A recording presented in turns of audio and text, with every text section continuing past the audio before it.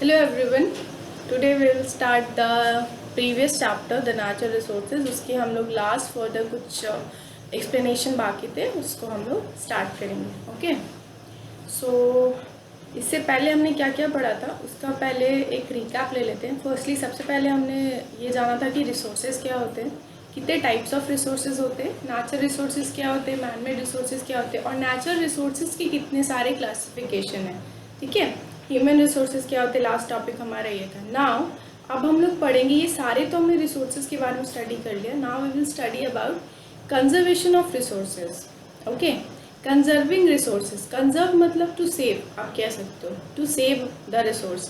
कोई भी चीज़ को यूज़ करने के लिए उसे सेव करना बहुत मस्ट है. तो कंजर्विंग ऑफ रिसोर्सेज कैसे हो सकता है? रिसोर्स को कंजर्व करने का, सेव करने का, या उसे लॉन्ग टाइम वैलिडिटी के लिए बचा के रखने का दो मेथड्स है जो हम लोग अभी पढ़ेंगे, या दो मेथड्स नॉर्मली जो हम लोग को पता होना चाहिए. Firstly conservation of resources, resource को कंजर्व करके सेव करके रखना फॉर द फर्दर यूज. ठीक है. तो कंजर्वेशन ऑफ रिसोर्स क्या होता है? कंजर्वेशन ऑफ रिसोर्स वो होता है बच्चों, like it is a process. Conservation of resource एक ऐसा प्रोसेस है जिसमें हम लोग रिसोर्स को यूज़ करते हैं carefully, to use a resource carefully so that वो लॉन्ग टर्म के लिए रह सके and we can save it for the future. Okay.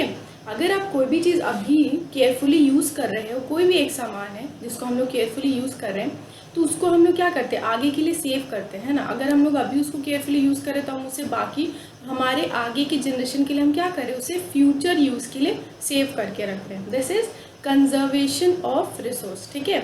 या फिर ये हो सकता है कि what is the meaning of, या what you mean by resource conservation.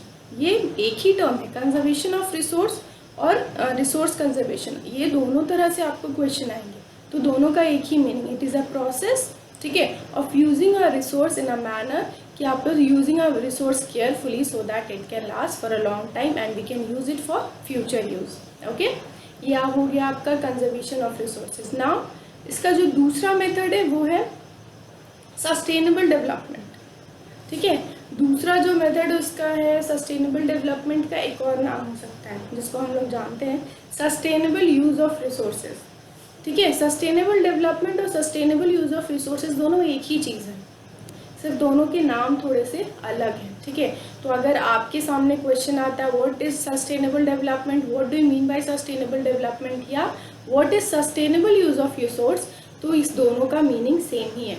तो सस्टेनेबल यूज ऑफ रिसोर्स क्या है? It is a process in which we use our available resource. एक ऐसा प्रोसेस है जिसमें जो हमारे रिसोर्स हमारे सामने होते हैं अवेलेबल, हम उसे इस मैनर में यूज़ करते हैं कि पहले तो हम उसे यूटिलाइज भी करें केयरफुली, उसे सेव भी करके रखें, और ये भी देखें कि हम उसे जो यूज़ कर रहे हैं उसका इफेक्ट हमारे सोशल एनवायरनमेंट पे क्या पड़ रहा है. ठीक है.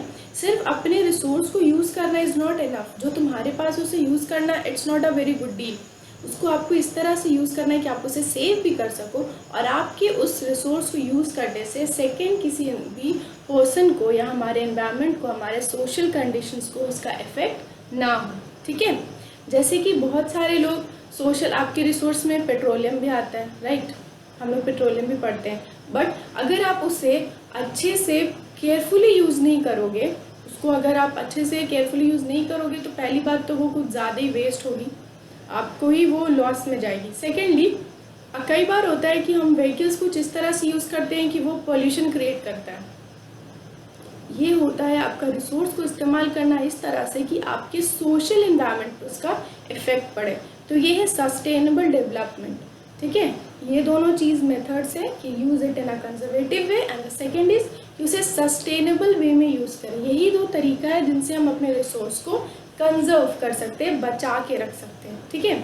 और भी कुछ मेथड्स है जो हमें वी आर द, हम लोग एक अच्छे सिटीजन हैं, ये हम सबको ये चीज़ करना चाहिए कि अगर हम रिसोर्स यूज़ करें तो हम उसे सेव कर करके. फर्स्टली आपको हमेशा इस चीज़ का इंश्योर करना चाहिए कि आप जो भी रिसोर्स यूज़ कर रहे हो वो सस्टेनेबल है कि नहीं. ठीक है. हमेशा इस बात का ध्यान रखिएगा कि हम जो भी रिसोर्स यूज़ कर रहे हैं वो सस्टेनेबल है कि नहीं. ये एक पॉइंट है. द सेकेंड पॉइंट है what resource we are using. हमें हमेशा उस तरह के रिसोर्स यूज़ करने चाहिए दैट कैन बी रिसाइकेबल, जो रिसाइकिल हो सके और रिन्यू हो सके. ठीक है. ऐसे रिसोर्स का ज़्यादातर हमें यूज़ करना चाहिए ताकि उससे हमारे एनवायरनमेंट को ज़्यादा इफेक्ट ना हो और हमारा जो आगे का जो फ्यूचर यूज़ है हमें उसके लिए भी हम उसे सस्टेन करके रख सकें। ठीक है, अगर कोई भी चीज़ जो बार बार रिन्यू हो सकती है या फिर हम उसे रीस्टोर करके रख सकते हैं तो ये बहुत ऑब्वियस है कि हम उसे अपने फ्यूचर यूज़ के लिए बचा के रख सकते हैं, वरना अगर हम उसे केयरलेसली यूज़ करेंगे तो फ्यूचर के लिए कुछ नहीं बचेगा, वेदर आपके पास चाहे वो जो भी हो। ठीक है, नेचुरल रिसोर्स का भी यहाँ पे अगर बात करें हम लोग तो बहुत सारे नेचुरल रिसोर्सेज ऐसे हैं जो ऑलरेडी नेचर में प्रेजेंट है बट हमें उसे एक्सट्रैक्ट करना पड़ता है। लेकिन मैंने आप लोगों को बताया था non renewable form of resources में वो क्या है, अगर वो एक बार ख़त्म हो जाए तो उन्हें वापस से रिन्यू करने में हमें हज़ारों साल लग जाएंगे। That is why we should use our resources in a very careful way. ठीक है, ये हो गया आप लोगों की कुछ मेथड्स। और हाँ, एक और बात, आप लोग को हमेशा अपने नेचर मतलब हम सबको अपने रिसोर्सेज को इस तरह से इस्तेमाल करना चाहिए कि उससे जो हमारे एनवायरनमेंट है ना, जो हमारे हम लोग कह सकते हैं उसको कौन से एक नाम हम दे सकते हैं उसको,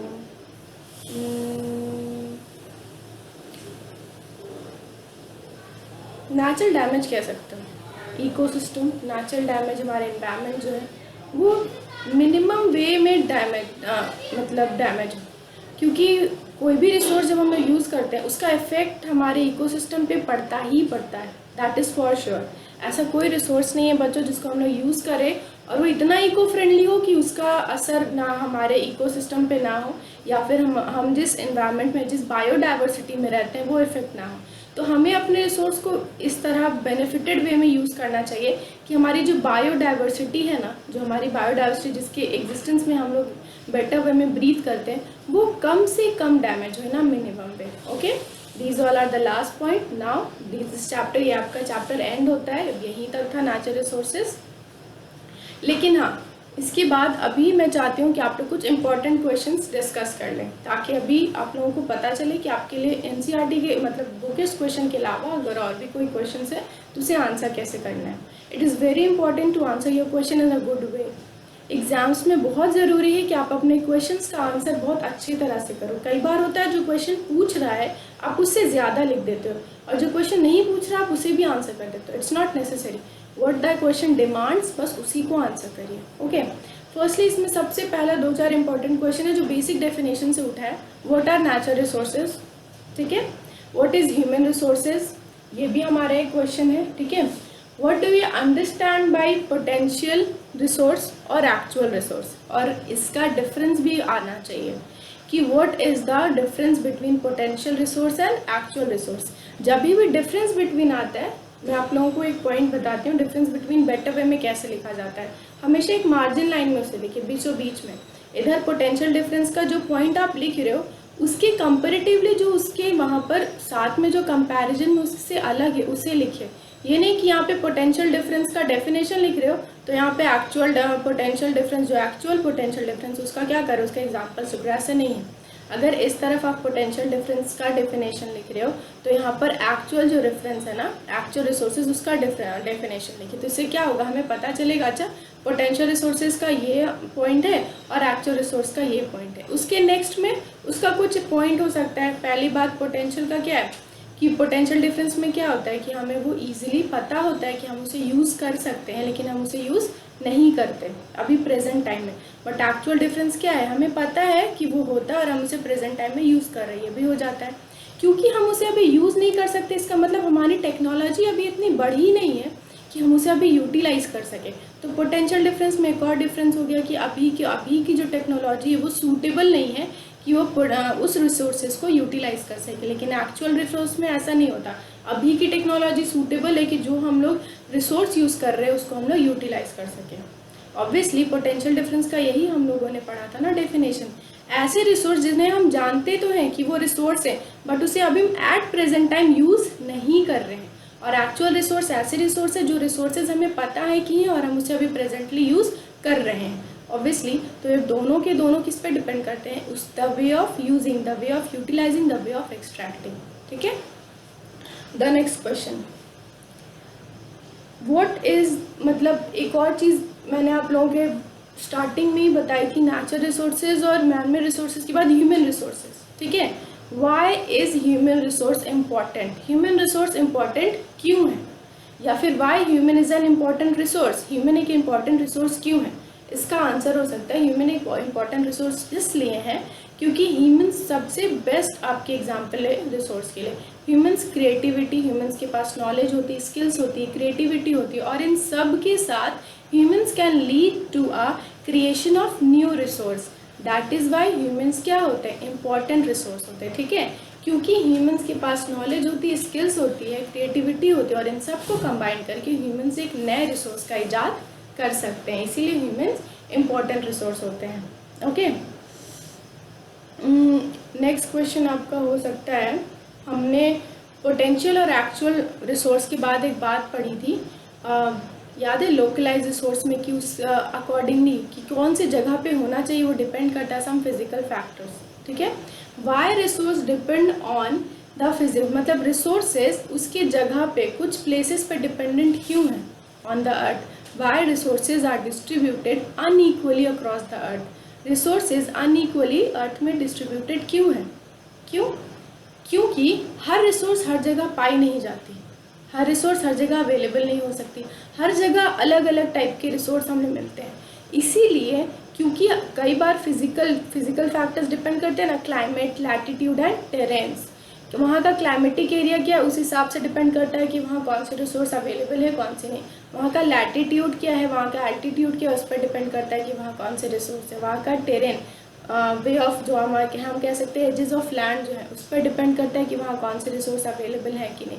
इन सब फैक्टर्स की वजह से हम कह सकते हैं कि रिसोर्सेज हर जगह हर प्लेस पे अर्थ में इक्वली डिवाइडेड नहीं है। ओके, सो ये सारे क्वेश्चंस थे जो आप लोगों को अभी ज़रूरी है पढ़ने के लिए, और जब भी आप ये चैप्टर कंप्लीट कर लीजिए, इन सारे क्वेश्चंस का एक नोट्स बना लीजिए, answer that question, answer, learn it. Okay, that's all for today. We will start the next chapter in the next class. Till then, study hard. Thank you.